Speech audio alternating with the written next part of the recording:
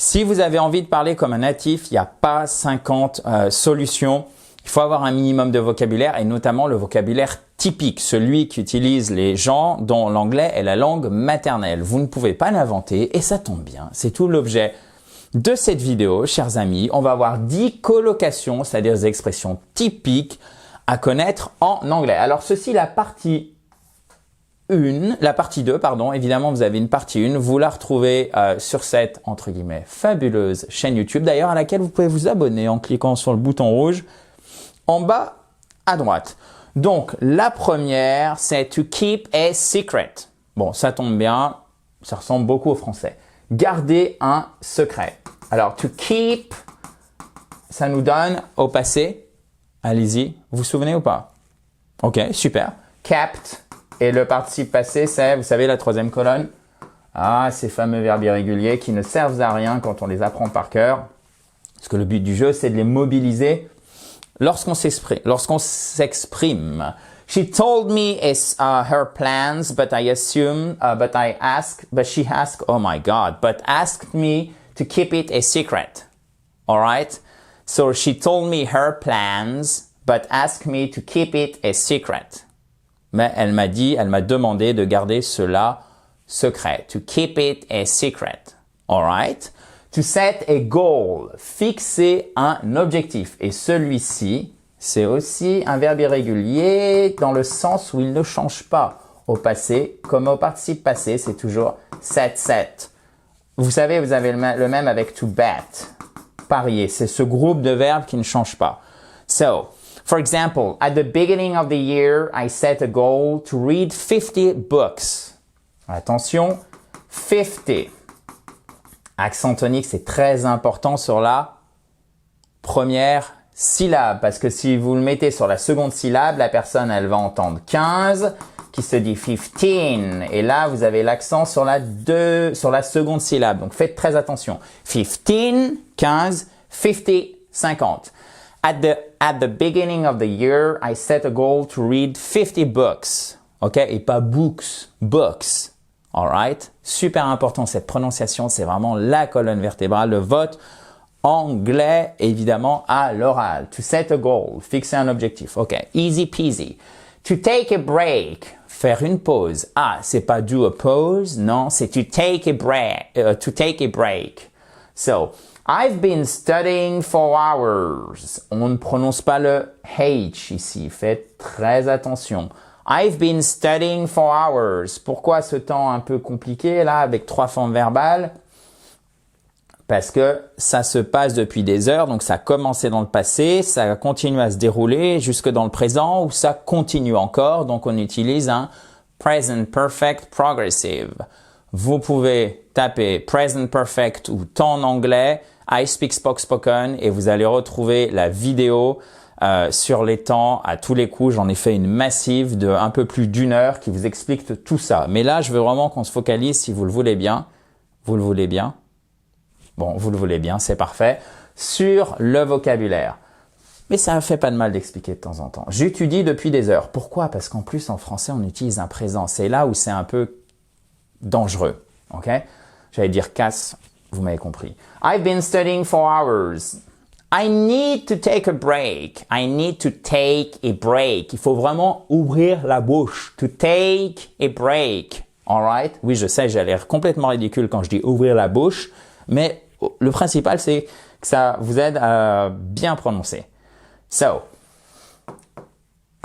to face a challenge, faire face à un défi. Attention, là c'est un transitif, c'est-à-dire que vous avez un complément derrière et challenge, mais direct. Il n'y a pas de préposition contrairement au français. To face something, faire face à. Donc méfiez-vous, d'accord? C'est super important de bien faire attention.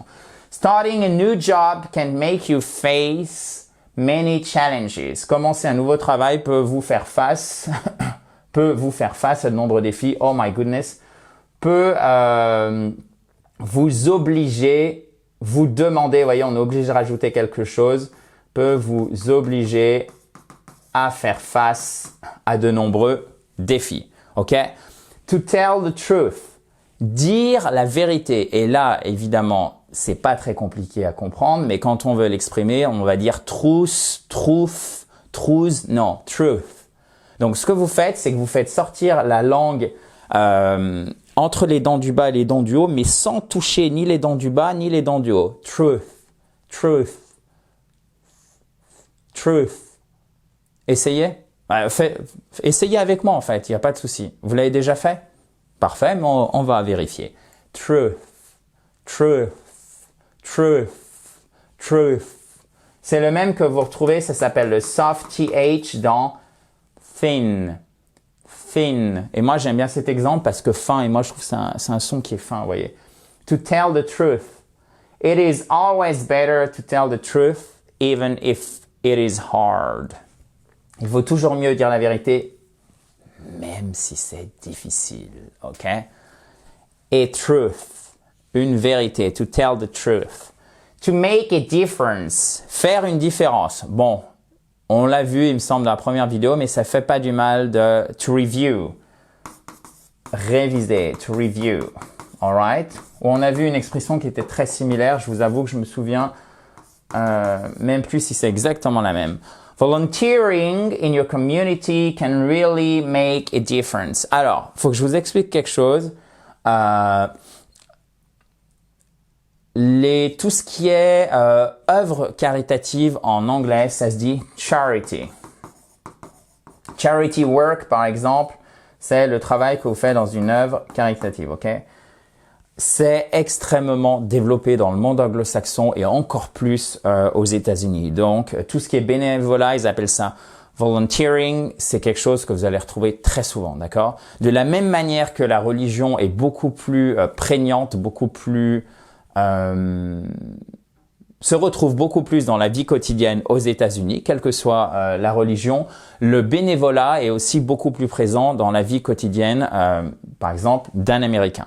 Mais pas toujours, bien sûr, parce que tout le monde n'est pas pareil. Mais c'est vraiment quelque chose qui est plus important, plus fréquent. Donc, vous devez connaître donc ce nom. Volunteering, c'est le fait de faire du bénévolat. En fait, c'est même le bénévolat, tout simplement. Le bénévolat dans votre communauté. Et il parle très souvent aussi parce que pour nous Français, quand on dit communauté, on entend communautaire. Ça fait un peu chacun de son côté. Alors que en anglais, ça n'a pas du tout ce sens. Pourquoi? C'est les gens, le groupe auquel vous appartenez, mais dans le sens où le groupe avec lequel vous vivez. Par exemple, ça peut être les gens de votre quartier, ça peut être si vous êtes un prof dans une école, ça va faire partie de votre community. C'est les gens avec lesquels vous avez une interaction en fait, non pas abstraite, parce que par exemple vous êtes américain et vous voyez un autre américain, vous voyez un américain à la télé, ok, bon ben c'est un ressortissant du même pays. Non, là c'est vraiment quelque chose quasiment de matériel, des gens que vous voyez peut-être pas tous les jours, mais régulièrement. C'est ça la community, ok? Et ce sont deux mots vraiment importants, volunteering et community. All right? So volunteering in your community can really make a difference. Okay? A difference et pas a différence. Okay? Donc, c'est bien de connaître le vocabulaire, c'est indispensable de connaître la prononciation, mais il faut savoir comment l'employer. C'est pour ça que je voulais faire cette digression qui me paraît absolument indispensable.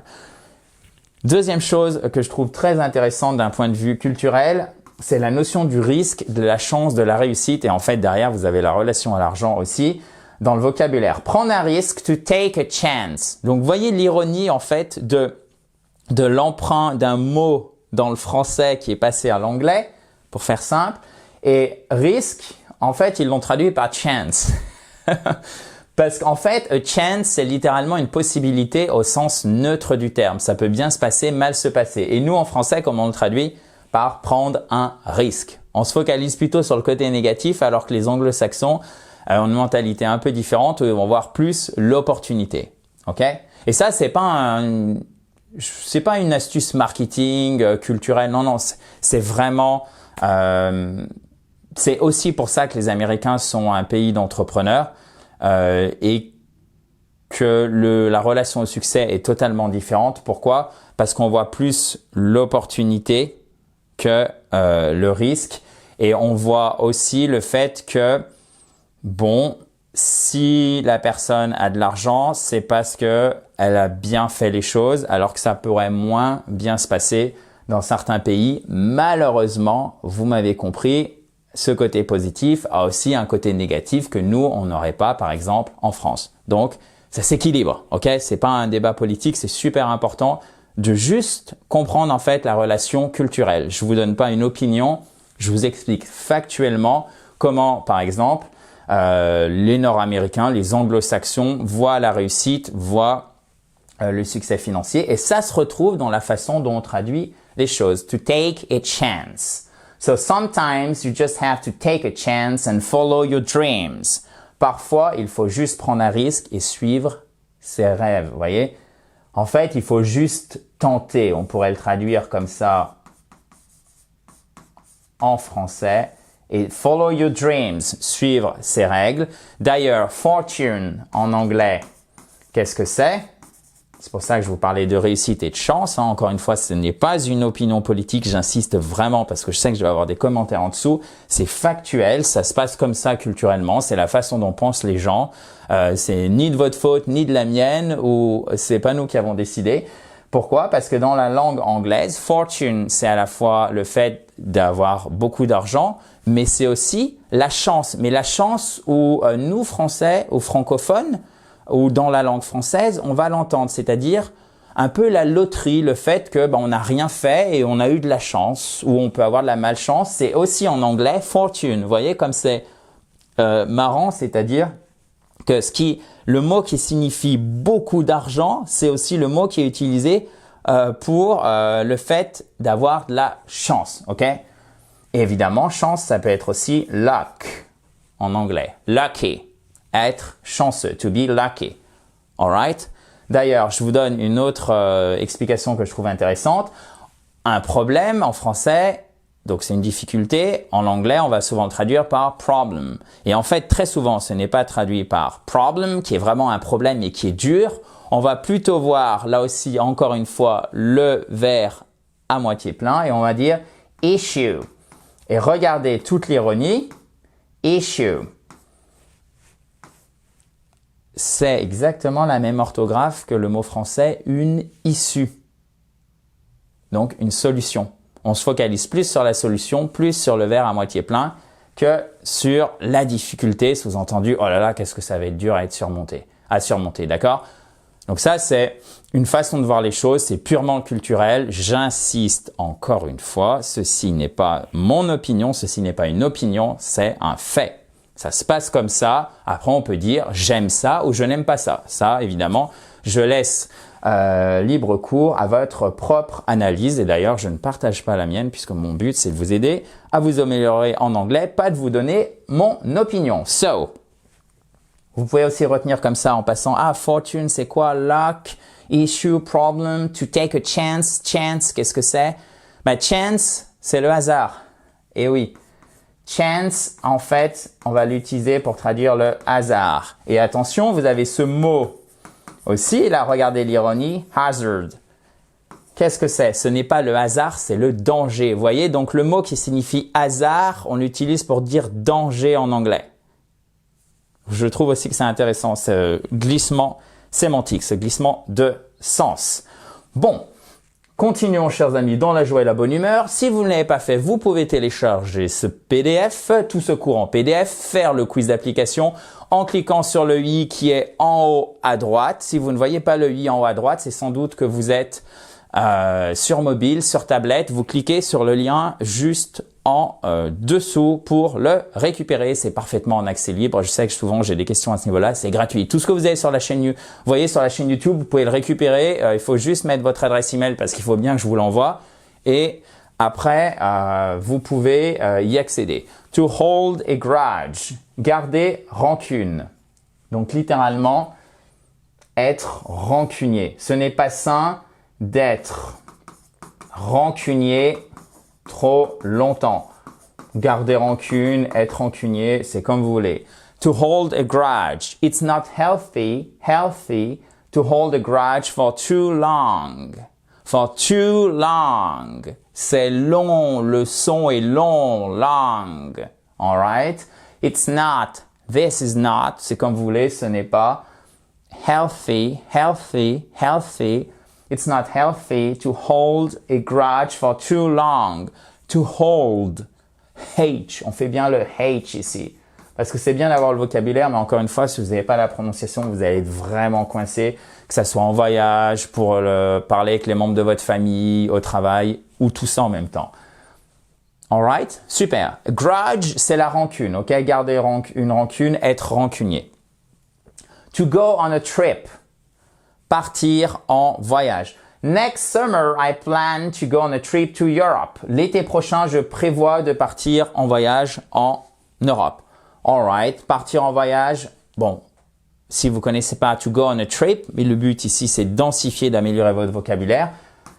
Vous, si je puis dire, vous prenez pas la tête, vous dites to travel, voyager. Alright? Mais là, encore une fois, on veut densifier votre vocabulaire et on fait donc très attention à la prononciation et donc à la prononciation du mot, par exemple, effort. To make an effort. Effort. Alright? Donc, c'est un « est », un peu comme le « est » français, un peu plus fort quand même, mais « est », effort. Et là, vous voyez, vous avez une apostrophe, ce qui signifie que la première syllabe, F, c'est celle qui est porteuse de l'accent tonique, donc on insiste. To stress. Le stress, c'est l'accent tonique, ok? To stress, c'est faire l'accent tonique. To make, et pas to make, justement. Là, c'est un son plus fort. To make, c'est pas le même que vous avez ici, d'accord? Effort. To make an effort, alright? If you want to learn a new language, you'll need to make an effort. Okay? If you want to learn a language, you'll need to make an effort. Si vous voulez apprendre une nouvelle langue, si tu veux apprendre une nouvelle langue, tu devras faire un effort. Alright? Super. Bon, j'espère que ça vous a plu. J'ai fait une grosse digression, mais ça me semblait vraiment hyper intéressant que vous voyez bien, comprenez bien chance, parce que derrière, il y a toujours le côté culturel. Volunteering, community, j'en parle assez peu du côté culturel et c'est indispensable pour bien s'exprimer. Okay? Mais avant, il faut avoir les briques, les bases, et c'est ce qu'on voit sur la chaîne YouTube, c'est-à-dire la grammaire, le vocabulaire, la prononciation et comment on pratique, comment on lit tout ceci ensemble. Sur ce, chers amis, écoutez, à très vite, évidemment, in a joyful atmosphere, dans la joie et la bonne humeur.